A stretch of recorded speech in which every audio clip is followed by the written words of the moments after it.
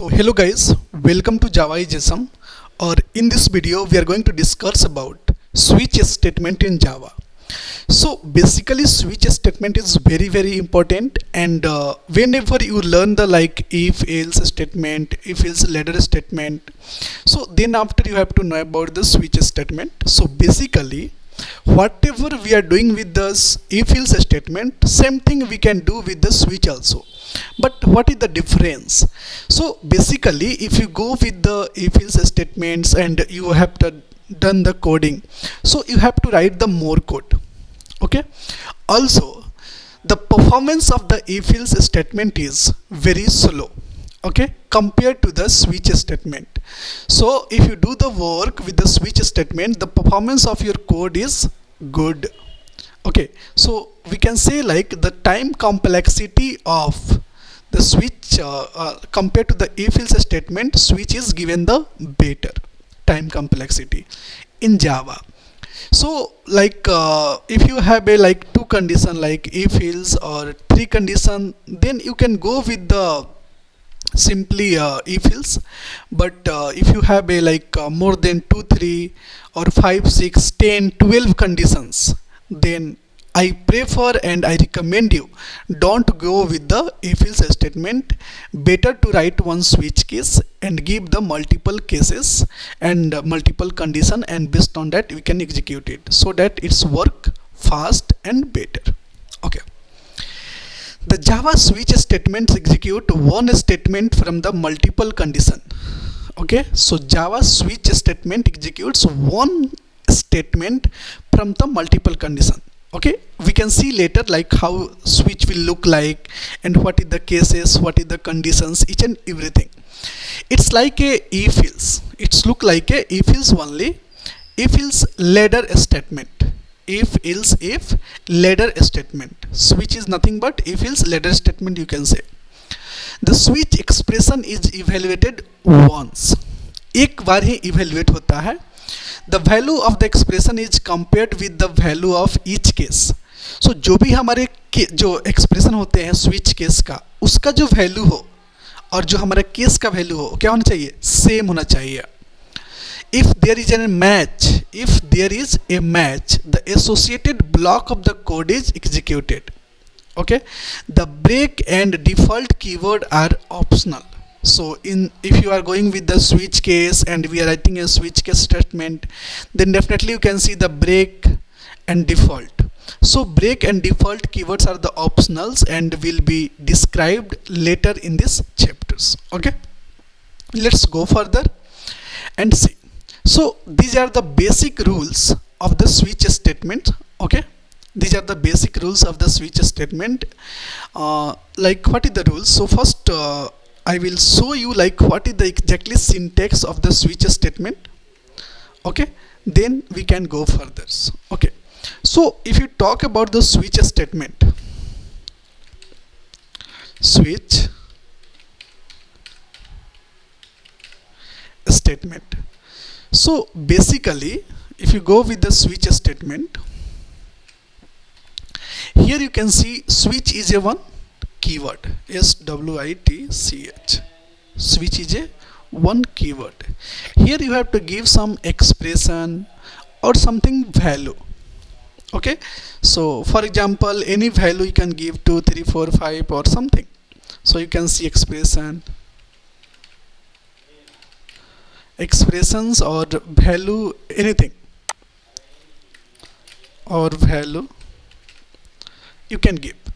After that your switch statement will be open and then after it will close. So this is the open and this is the close switch statement. Inside the switch we are writing a multiple case. So case is also one keyword. So we are writing case called case if user enter 1. Okay, so we have, this is the one case. If user enter 1, match with this one and go to this particular block of the code.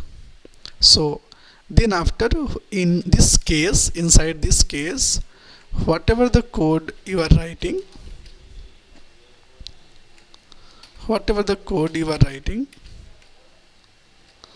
Okay, this is one case. And then after we can use break. Like this case is completed, then you can write a break statement and you can go further. For example, let's take case 2. We have a case 2. We can take case 2 or 3.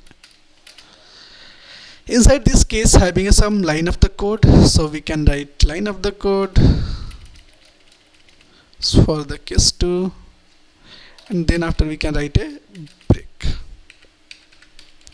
So like that we can write how much case you want. It's not any limit for that. And once you write all those, then we have a one option called default.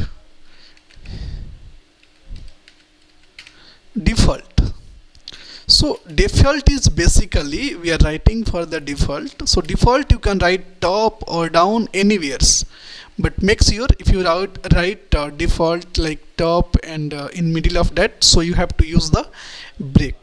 Okay, here you can write line of the code for the default, and once it is completed you can use the break, otherwise not required, because it's an end, so not required.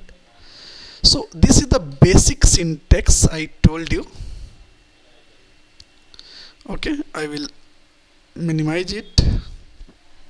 So this is the basic syntax of the switch. Switch is a keyword, case is a keyword, break is a keyword. So it will break this code. Once it is executed, it will not go further. And case is a keyword, break is a keyword, default is a keyword, and break is a keyword. So those are the keywords are available while going with the switch. Okay, so it's a very important, okay, while going with the switch. So make sure when you have a 5, 6, 10, 11, 12 conditions situation, so then that time you can go with the switch case. If you have a 2, 3, 1, 2, then go with the if else, that is fine. Okay, so this is my recommendations and you can follow it. Okay, so this is the basic syntax we can say of the switch. So what exactly we are giving inside the switch? So for example, we have a one value called a, so it is integer type, a equal to 1. So if you enter 1, user is given a equal to 1, and we have put it here a. So what is the value of a? A is 1, so here it will store a is 1. So 1 if it is matching with the case 1. Here whatever you given, those value if it is matched with the switch case expressions, then only it will execute this case. If user given here 2, it will not go case 1, it will directly go to the case 2 and it will execute it. If user given something which is not in the case, so what will happen? It will go to the default and it will execute this one. So like that it will work. If you not give here break, what will happen?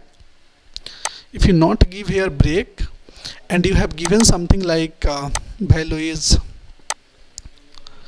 1, so it will match with this one, it will execute this code, and break is not there, then again it will start with case 2 and it will execute, and then after you see the break, then it will break it. So make sure while using the case you have to use the break. That is main important things. Okay, I hope you understood the syntax of the switch. And now we are going to discuss like what is the rules, what is the guidelines while writing a switch case statement. Okay, so whenever you are writing any switch case, there can be any numbers of the case you can write.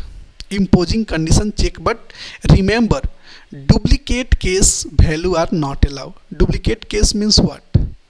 You already written the case 1, again if you write case 1, so that is wrong, that is not acceptable. So this is the duplicate, we can consider it. Okay, so don't write duplicate case. Second one, the value of the case must be the same data type as the variable in the switch case statement. So it means that like whatever the value you given in the switch, which is integer type, same value available in the case also 1 2. If you give here some double value, so it will not work because this value will not compare with this one. So this is the issue will happen.